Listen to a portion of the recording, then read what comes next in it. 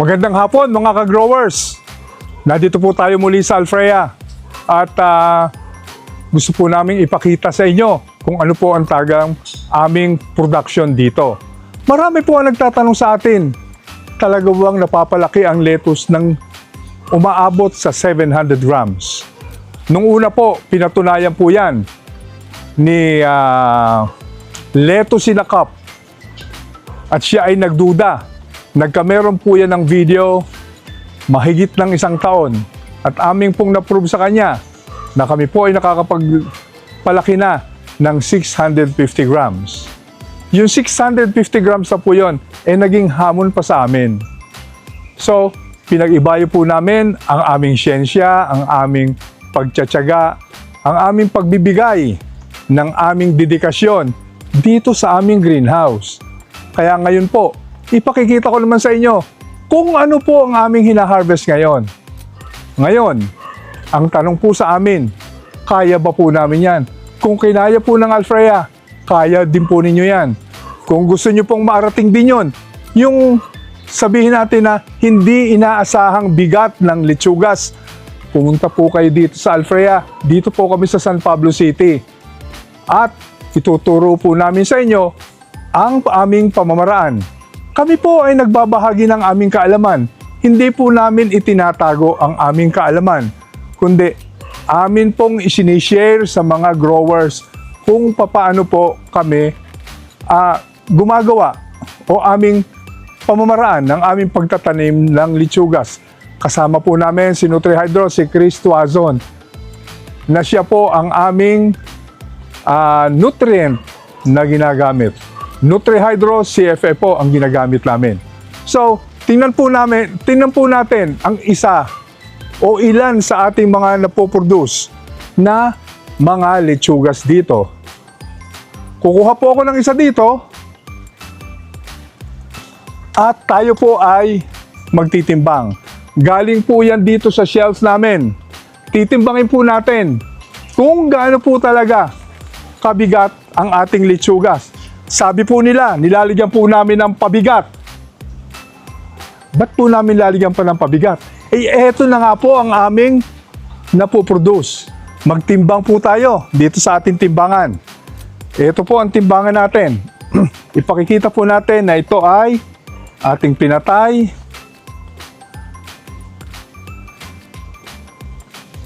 At ating bubuhayin muli. Yan po. Yan po ay nakasiro. Nakasiro po lahat yan. Ito po ang timbang na zero. Makikita po nyo, zero. Ngayon, ipapatong po namin itong lechugas na merong cups.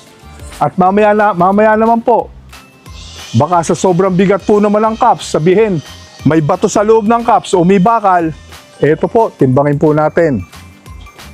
Yan. Meron po tayo ditong 700, 800 grams ang lechugas natin. 770. Yan po. 770. Ito po, magmasdan po ninyo ang ilalim. Wala po yung nakapatong na bakal o pinggan. Kaya ito po ay ilagay po muli natin. Yan po, 770 grams. Ngayon, baka naman po sobrang bigat ng ating cups. Atin pong tatanggalin ang ating lechugas sa kanyang cups. Kuha po tayo ng gunting.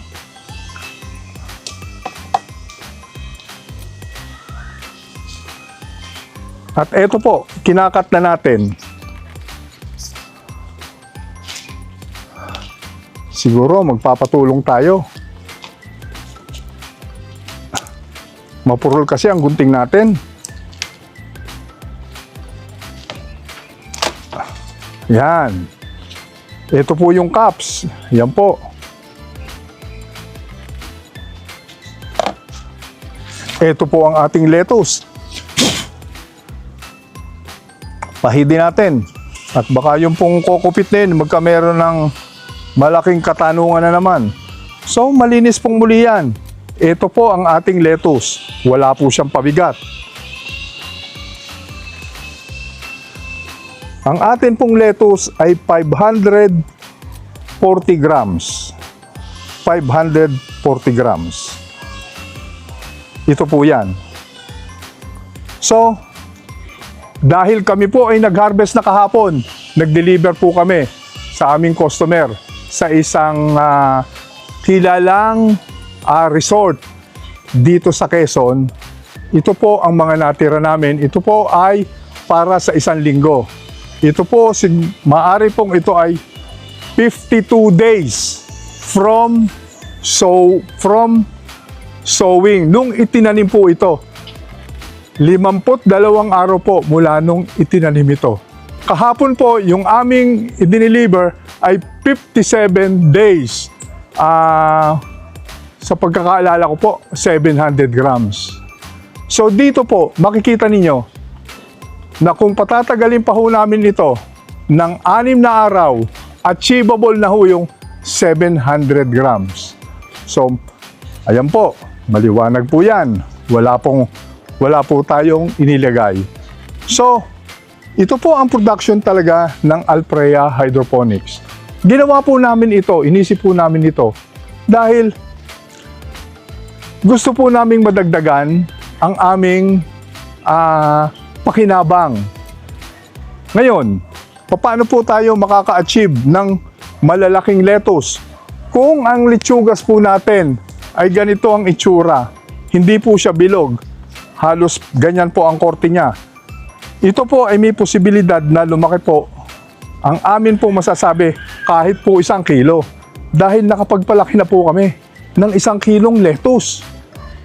Hindi po namin yun ipinagyayabang, kundi inaalam lang namin kung hanggang saan.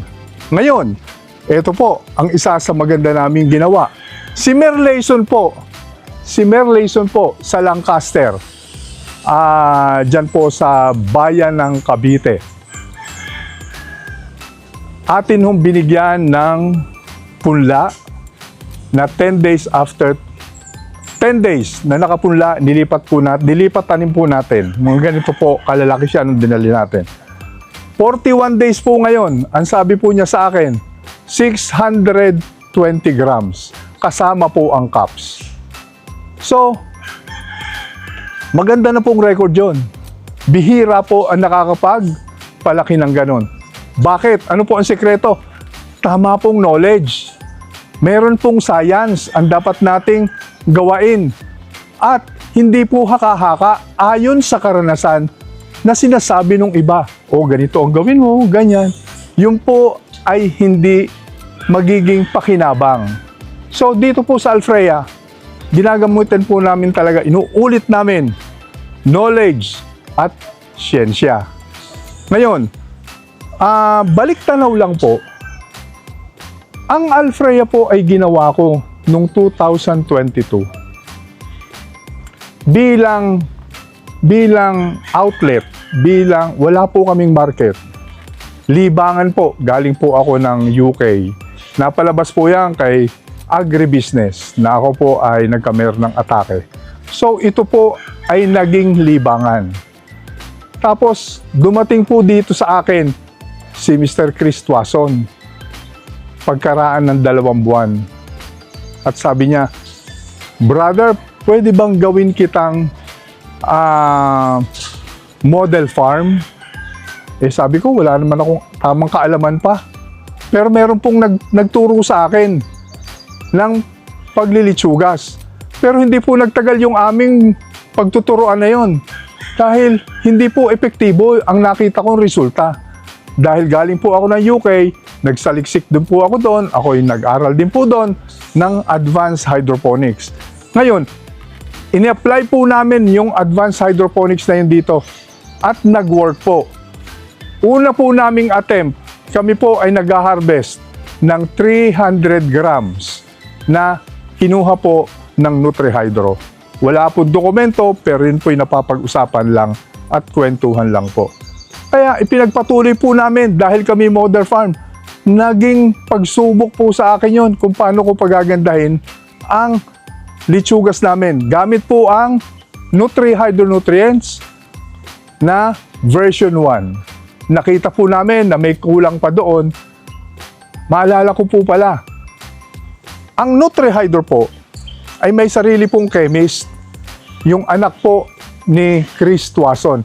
Isa po siyang chemical engineer na nagfo-formulate po ng NutriHydro plant nutrients na CFF.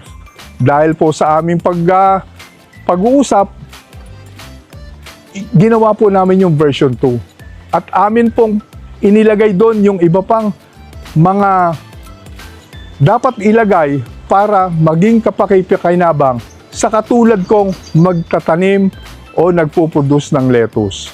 Nagbunga po yun sa mahirap at matyaga naming pag-aaral ni Mr. Chris Tuason. Pumupunta po siya dito kahit gabi, kahit alas 10 ng gabi. Kahit po siya ay nakasakay sa kanyang motor. Talaga pong pinag-uusapan namin. Hanggang nakapag-produce na po kami ng malaki.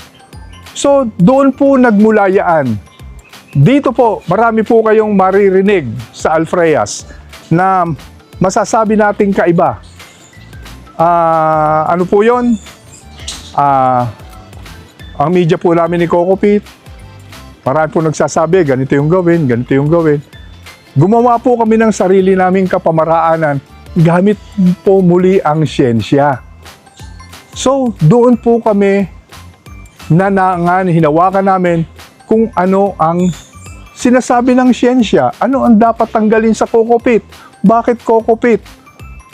Marami pong tanong, pero amin pong sinolusyonan, ginawa po namin dito sa Alfreyas lahat ng mga bagay na yan. Ngayon, dito po sa Alfreya, lalong hindi po kami nagkakamero ng alinlangan na makapagpalaki ng ganito kalaking litsugas. Pangkaraniwan na po ito sa amin. Kahiya-hiyaman po. Marami po kami buyers. Ang gusto po nila yung ganito kalaki. Bakit? Kokonti po ang wastage. Hindi po, ang Olmeti po, hindi pumapait. Yung ipambong variety, pumapait po yan. Yun po ang pagkakaiba. Meron nagsasabing, hindi bibili ng tao yan. Eh kung ordinaryo nga lamang na ikaw ay tagaron sa inyo, gagawa ka ng lumpia. O, ganito na lang yung bibilin mo at 35 pesos.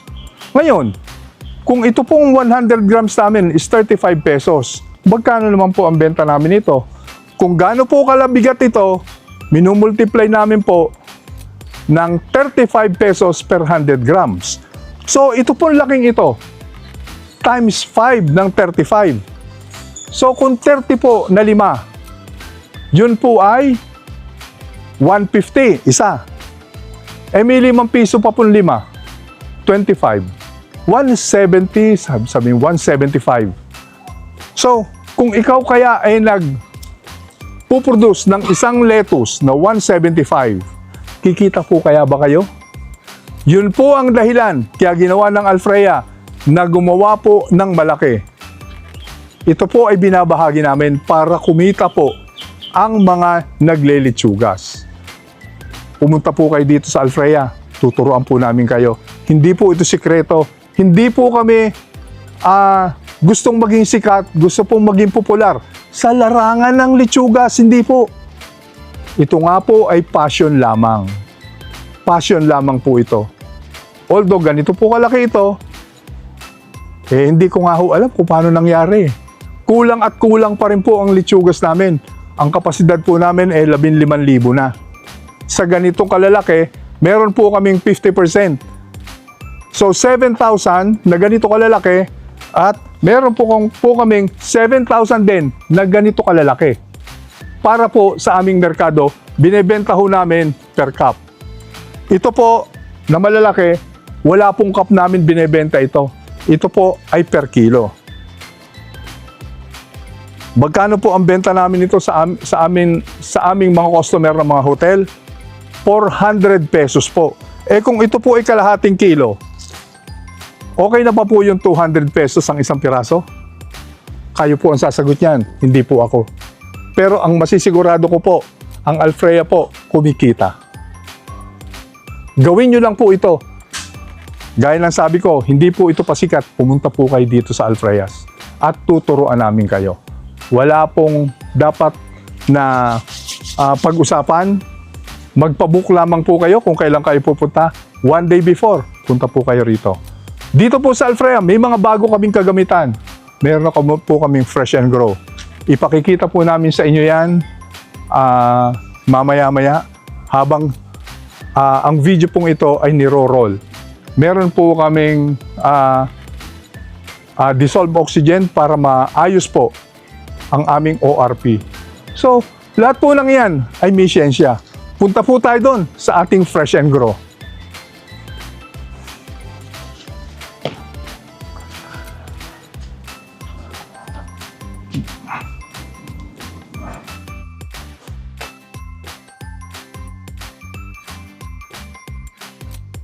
Yan. Okay na? Ito po ang una namin tinaniman. Ito po ang aming table 1. Pinakikita po namin sa inyo ang aming litsugas dito.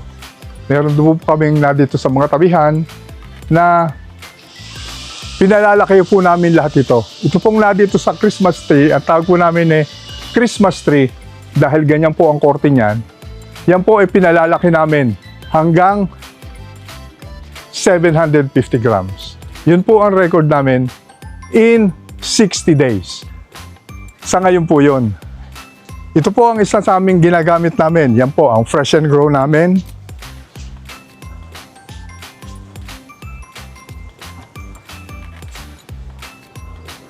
Fresh and Grow. Kung siya po ay iinit, meron po kaming misting. At meron po kaming maspino. Meron po kaming fogger. Yan po ang fogger namin. Dito po sa Alfrea, wala pong net shade. Dahil ayaw po namin i-block ang pagpo-photosynthesis ng aming mga litsugas. Tingnan naman po ninyo kung gaano ka-healthy ang aming litsugas. Kita nyo po ang ugat, mapuputi po. Hindi po iisa yan. Lahat po yan ganyan.